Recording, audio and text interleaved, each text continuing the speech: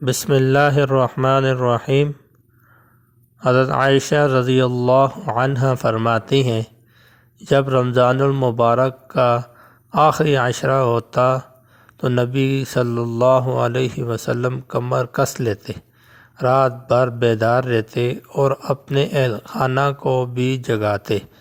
حضرت عائشہ رضی اللہ عنہ فرماتی ہیں کہ رسول اللہ صلی اللہ علیہ وسلم رمضان المبارک کی آخری 10 راتوں میں جس قدر کوشش کے ساتھ عبادات کرتے، اس قدر کسی دوسری راتوں میں کوشش نہ ہوتی۔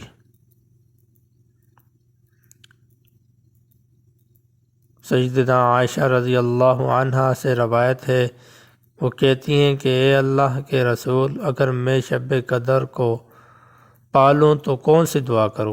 آپ صلی اللہ علیہ وسلم نے فرمایا، اللہم انک عفو تحب العفو واعف عنی، جس کا مطلب ہے کہ اے اللہ، تو معاف کرنے والا ہے، معافی کو پسند کرتا ہے، لہذا مجھے معاف کر دے۔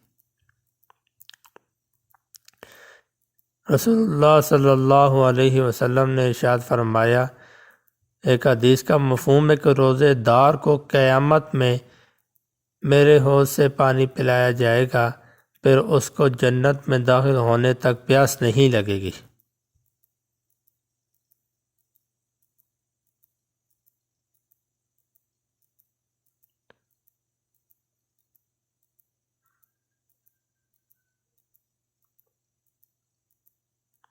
خوف خدا دیکھنا ہے تو مسلمان کا دیکھ، جو روزے میں وضو کا پانی منہ میں لے کر بھی پیتا نہیں ہے۔